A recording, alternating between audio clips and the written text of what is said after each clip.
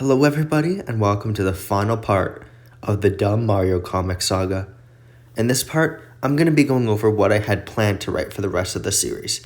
In case you haven't noticed, the last two videos I made on this subject were pretty long, so I'm basically going to have to speed run through this.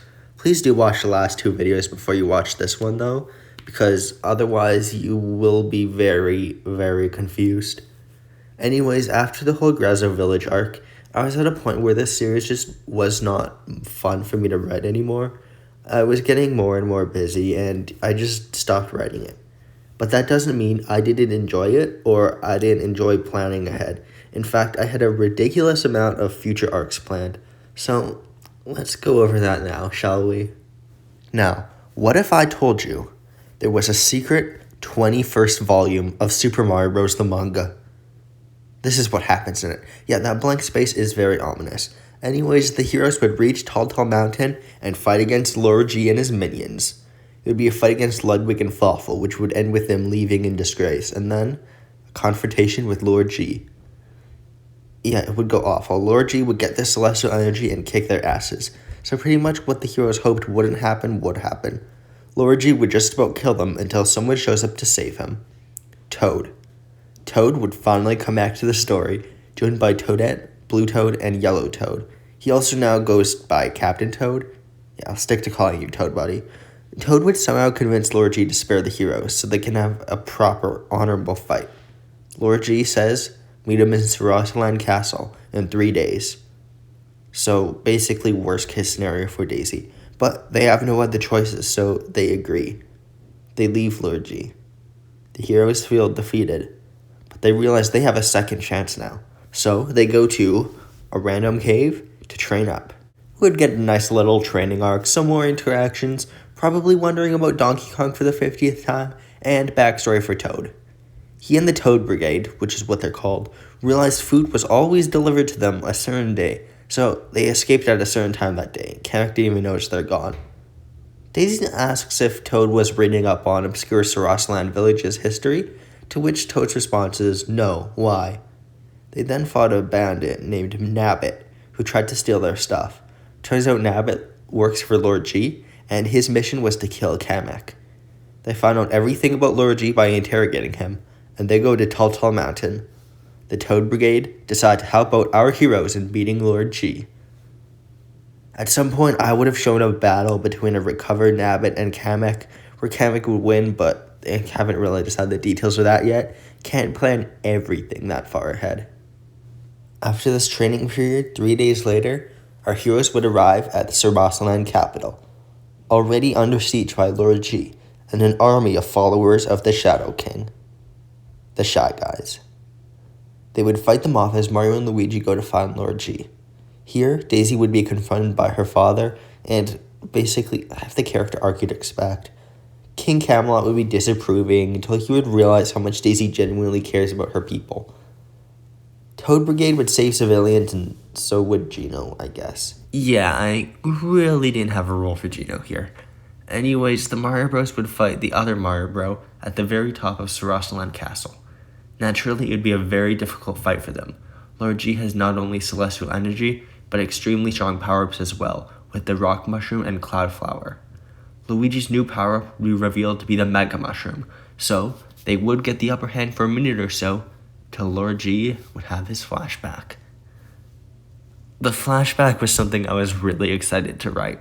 You know how in Yoshi's Island the Mario Bros were carried by a Stargaze Babies, which was attacked by Kamek? Well, that would happen here, and so would all the events of Yoshi's Island. But they forgot about Giuseppe. Giuseppe was raised in secret by Sturm, one of the generals of the Momosivis army, and the founder of the Order of the Shadow King.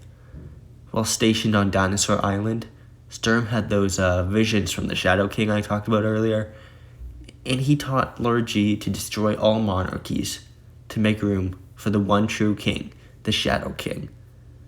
Later, Sturm would go on his own to try to kill Princess Peach, but he would be killed by Toadsworth. Imagine dying to Toadsworth. Weak. The Shadow King also told Sturm about celestial energy before he died, so that's how Lord G knew about Rainbow Road and all that. Luigi would take over the cult later and obviously become way stronger than Sturm. This is why he destroyed the Beaming Kingdom, and why he's trying to do it to Sarasa Land. The fight would continue till Lord G uses his fire flower, practically burning the entire castle, just like Mama Civis did in the last arc. Eventually, the power-up would run out, as he has a fireball in his hand, burning him for a second even though he has robotic arms. Shut up. And leaving him open to attack from Mario. The entire castle will crumble around Lord G as he falls, killing him. The Mario brothers are victorious. At the end of our day, our heroes are happy, but they're still worried about the Shadow King. There's not really much they can do about him now, though, so they just decide to celebrate. Yeah, this arc would also end with the whole DreamWorks dance party to celebrate the victory. At this party, Toad would announce an idea he has for the future of the government of the Mushroom Kingdom.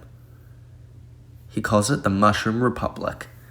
Toad's bringing democracy to the Mario universe, but also, more importantly, we would get cameos from Wario and Waluigi. After the party, Gino tells everyone his mission is complete, and he has to return to space. Mario, Luigi, and Daisy thank him for everything. He saved their lives, after all. Before he leaves, though, Gino tells him something huge. Celestial energy doesn't originate from Rainbow Road. It actually originates from the space between dimensions.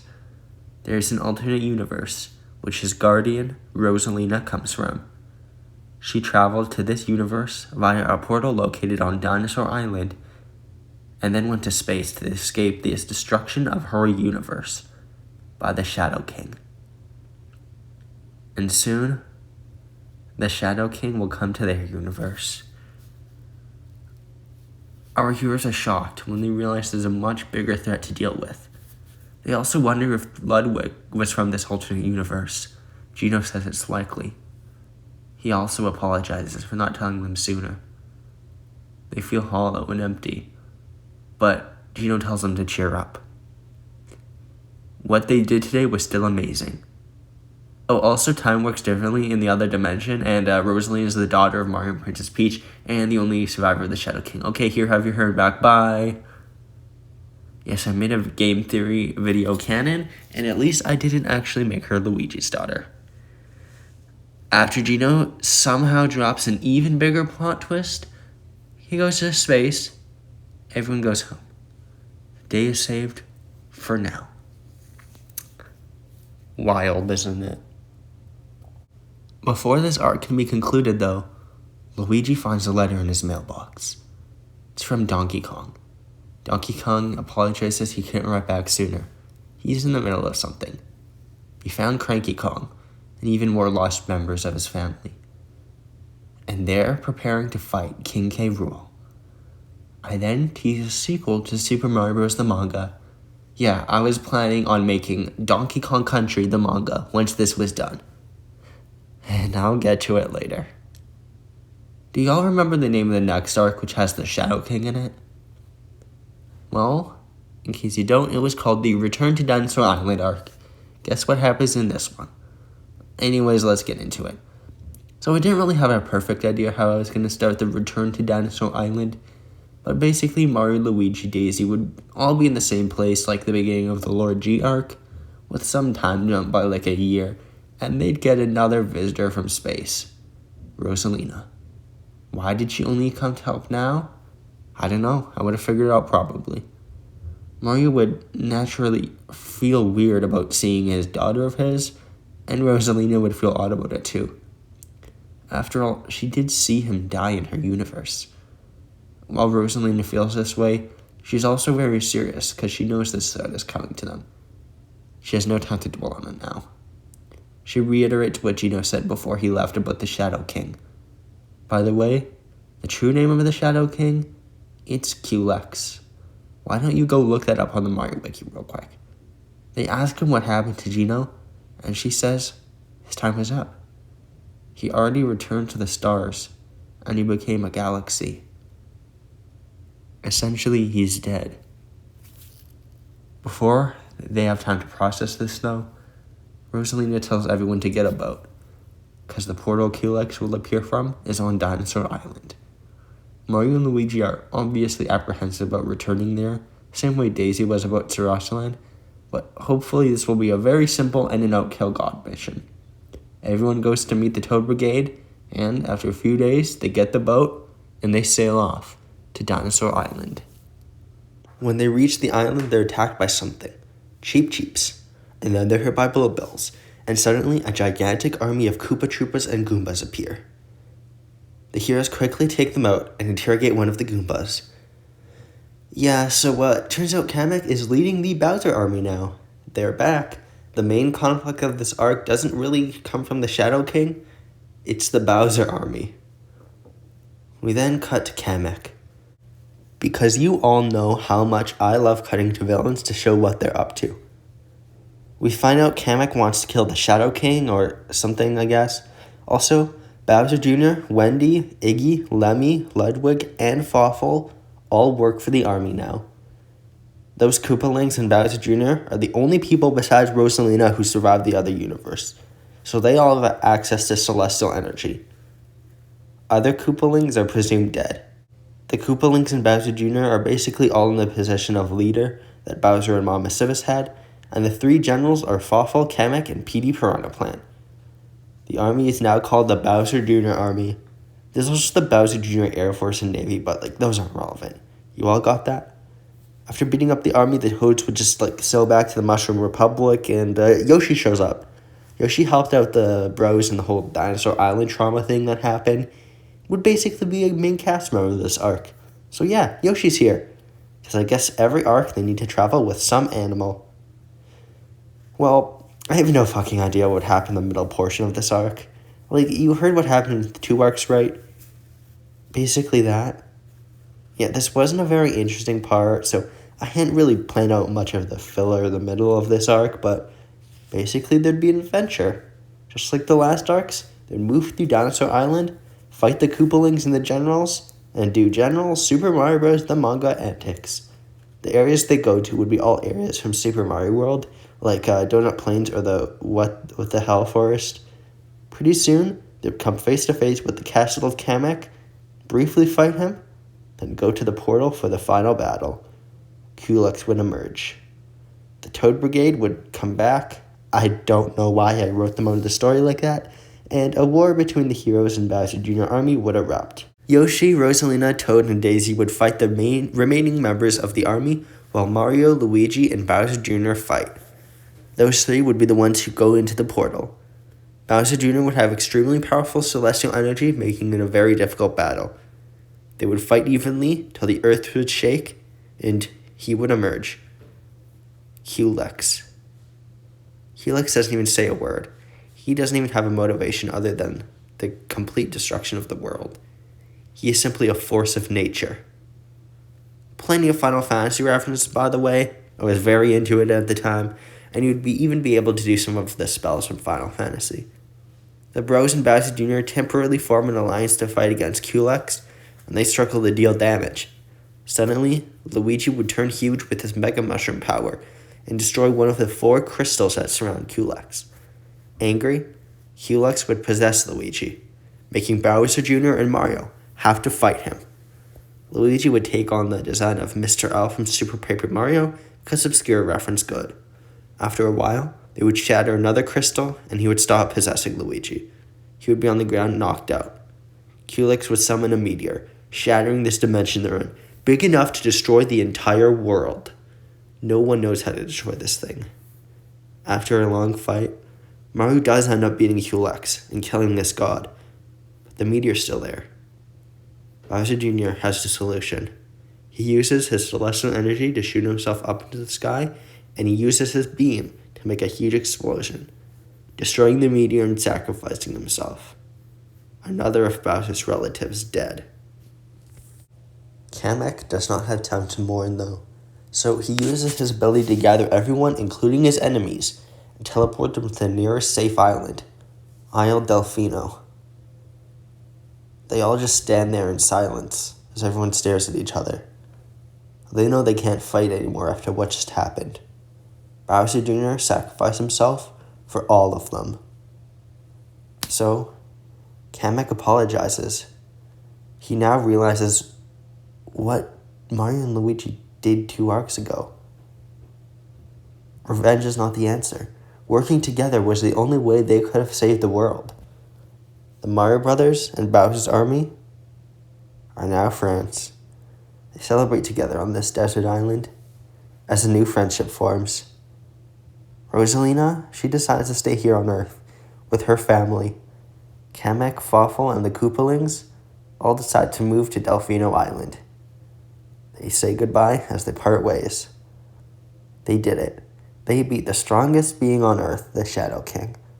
Well, the strongest being so far. Alright, so you know how these 3 arcs all have, like, the exact same story? A messenger comes, reveals something from the hero's past. They have to confront this past while defeating whatever thing traumatized the messenger. This is exactly what happens at the start of the 4th arc, but the 4th arc is a bit different. You'll see what I mean. This is where the story really gets wild. We start with a mysterious figure zipping across the Mushroom Republic. Mario would be somewhere, and this figure would find him somehow.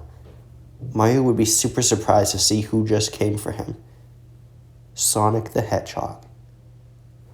Yes, that throwaway line from, like, the first volume was not a throwaway line. Sonic is canon to this story, and I'm officially going to be writing a Mario Sonic crossover. Mario has to confront his past as an actor, as he helps his main rival Sonic, because Sonic is in danger. Mario would go to meet with Luigi, Daisy, the Toads, and Rosalina.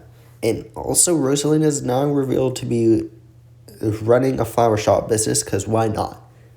Sonic says a mysterious figure has completely taken over the continent he lives on, Mobius, and he used his technology to turn everyone into machines, mindless zombies. Tails and Amy, for example, his co-stars, are now machines. He thinks it was Dr. Eggman, but something feels different about him. Eggman is a real person in the universe, by the way, even though the Sonic games are actually movies.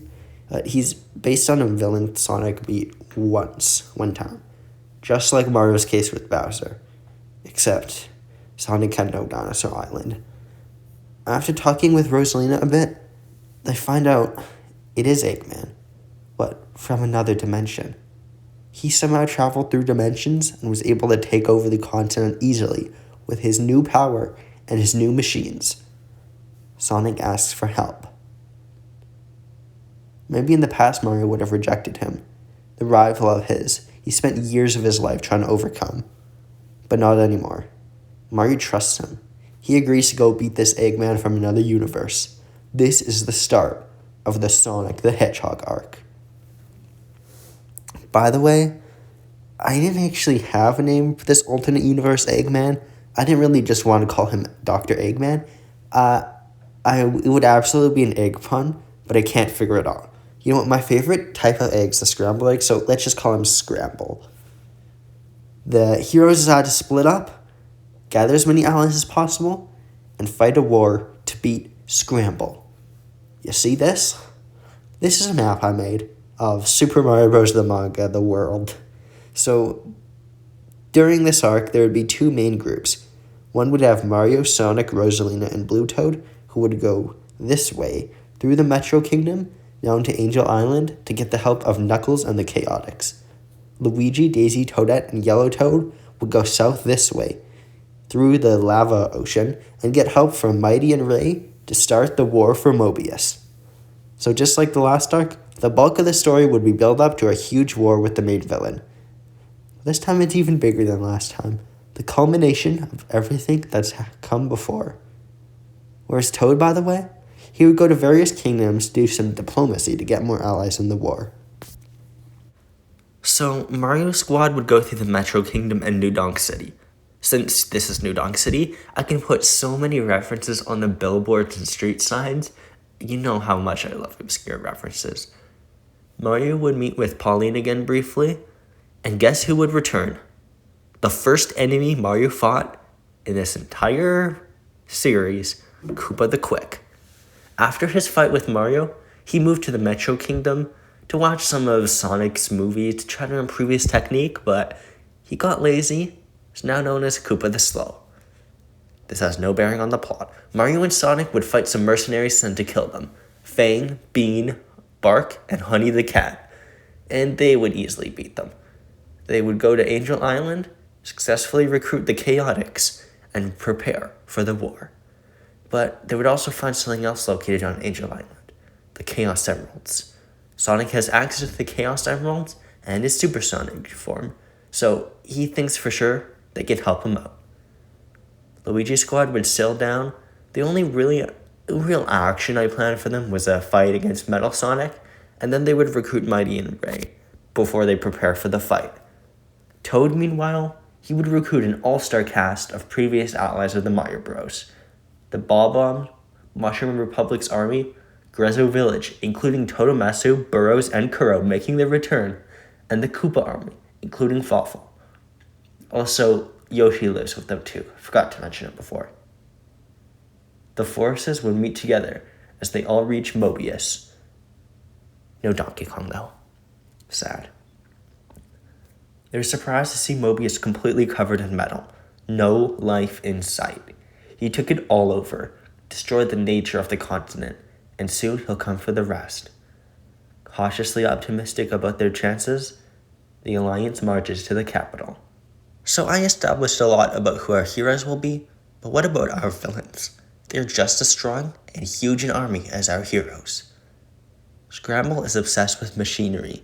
He has an obsession with converting all organic life to the certainty and controllable nature of machines, like the one copy pasta. So his motivation is to roboticize, yes, that's what it's called, the entire world. Later on, we do find out his backstory.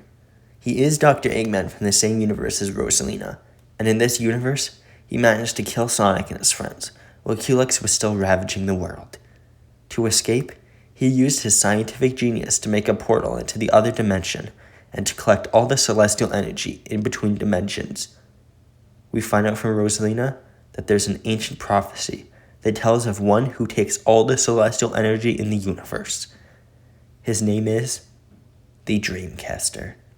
Scramble has become the Dreamcaster, and he wants to assimilate the world. He is the most difficult enemies our heroes will ever have to fight.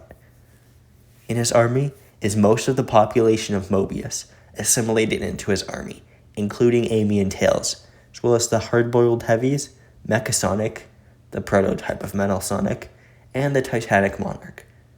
Both extremely powerful robots that do his bidding. Also, this is a lot to gloss over, but Egad would join Scramble, so he would fight on his side. Thanatos would break out and come back along with his sister Cordelia, with some shrooms, and Lord G is actually secretly still alive in the body of Metal Sonic, now known as Neo Metal Sonic G, who follows him because they believe he's the Shadow King. Yeah, Lord G comes back. I mean, this needs to be a big endgame fight, right? Also, the remaining Koopalings, now roboticized by Scramble. Boo, the Boo from Sonic, not the Boo from Mario, would also be a ghost captured by Egad. Anyways, the battle begins. Nearly every hero would get a matchup against a villain. I'm a big nerd, so here's a table of matchups that would happen before the main battle with Scramble. Most fights would be brief, but still show a lot of the character and their development before we never see them again. Sounds so sad to say that. Can't believe this is almost over.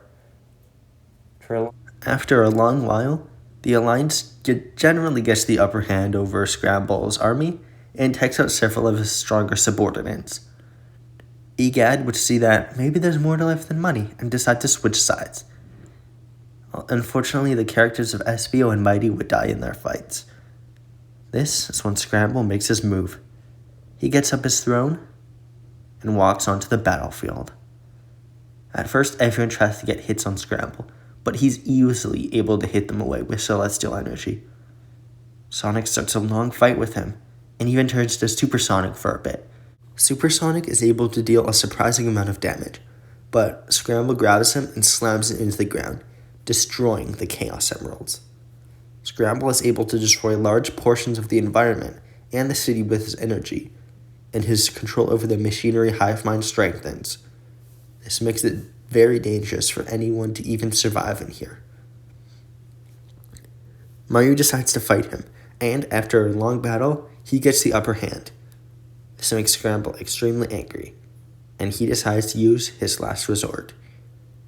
He creates a huge explosion. Once it's cleared, he is completely transformed into machinery. Mario is shocked, because everyone besides him, Sonic, and Luigi have been roboticized, assimilated into his hive mind. Everyone Mario and Luigi and Sonic know and love have been reduced to zombies. Luigi and Sonic try to fight Scramble, but they're quickly taken in as well. Mario is alone, the only human on this whole continent. He doesn't last very long. He looks to the sky and cries for help in his last moment. He's turned into a robot. Scramble stands there for a moment. He's thrown away his humanity and has no emotions or thoughts anymore besides the desire to take in the entire world. In this moment, he's won. Scramble looks behind him. Something's just crashed into the ground. He looks around as more things seem to crash into the ground. Suddenly, everyone is freed. His machines all break down, and he has no idea what's happened. To save himself, he creates celestial energy around him, the only thing keeping his organs intact, given he was, turn himself into a machine. This includes roboticized characters like Tails and Amy. The army surrounds a weak Scramble, who tries to fight back, but he just can't anymore. Rosalina shoots him, and he explodes with guts all over. Mobius is a wasteland after what he did to it. Mario asks, what the hell just happened? Rosalina looks up. It was Gino. He wasn't really dead. He could feel what was going on, despite being in space so far away. What he did is he exploded his own planets and reversed the magnetic poles of the Earth. He saved them all. Rosalina says, someone has to become the Dreamcaster now. That Scramble's dead. So she took on the role. So she's an immortal god now, basically. Everyone celebrates. Sonic reunites with Amy and Tails. They hug each other, and everyone mourns their losses. They just beat their biggest challenge yet. It's over now. They split up, and yeah. So where does everyone go after this? Well, Mario and Luigi run a plumbing business together. Luigi and Daisy move in together. The Toad Brigade continue to be a part of a council running the Mushroom Republic. Grezzo and Bob-ombs go back to their village, heralded as heroes. The Koopalings, Waffle, Yoshi, and Kamek start up some business, I guess, on Delfino. And the Sonic characters resume making movies, now working with Mario rather than against him, and making the movie business a better place. So what about Rosalina? You see, Rosalina's immortal now that she's become the Dreamcaster. Hundreds of years after she left to search the universe. Forever searching, forever helping people. She may grow old, but she'll never forget what happened. She'll never forget the Mario Bros. And Sonic and all the adventures they went on together. She'll never forget her family. Also, I was going to make Donkey Kong and Mario Land the manga after. Yeah, I haven't really planned them out, though. Donkey Kong Country would have Donkey Kong find Cranky and Diddy, discover more of the Kong lineage as they go to beat King Kid Rool. There'd be a second arc where K. Rool returns, aided by Lord Frederick. From Donkey Kong Country Tropical Freeze. Congo Jungle would be all icy this time because, the Earth's magnetic pole shifted. Wario Land would be about Wario, Waluigi, and Captain Syrup searching for some important treasure, then maybe after I do a WarioWare sequel. yeah, that is it. That is all the content I had planned to write for Super Mario Bros. The manga. So what do I even say after all that? I must have recorded like at least 2 hours of content of me talking about dumb Mario comic book series. Well, you know what? That was a wild series of videos. I think I've talked about enough, to be completely honest. But I really do appreciate how I'm able to make videos like these, and maybe not that many people will watch them, but there'll still be plenty of people paying attention, watching it, and soaking in the information. You guys actually, like, use up brain space for this. Maybe you all just forget. I honestly hope you do. But, you at least pay attention. So thank you. Well, yeah, thanks so much for bearing with all this. If you have any questions, feel free to ask in the comments. See you all later.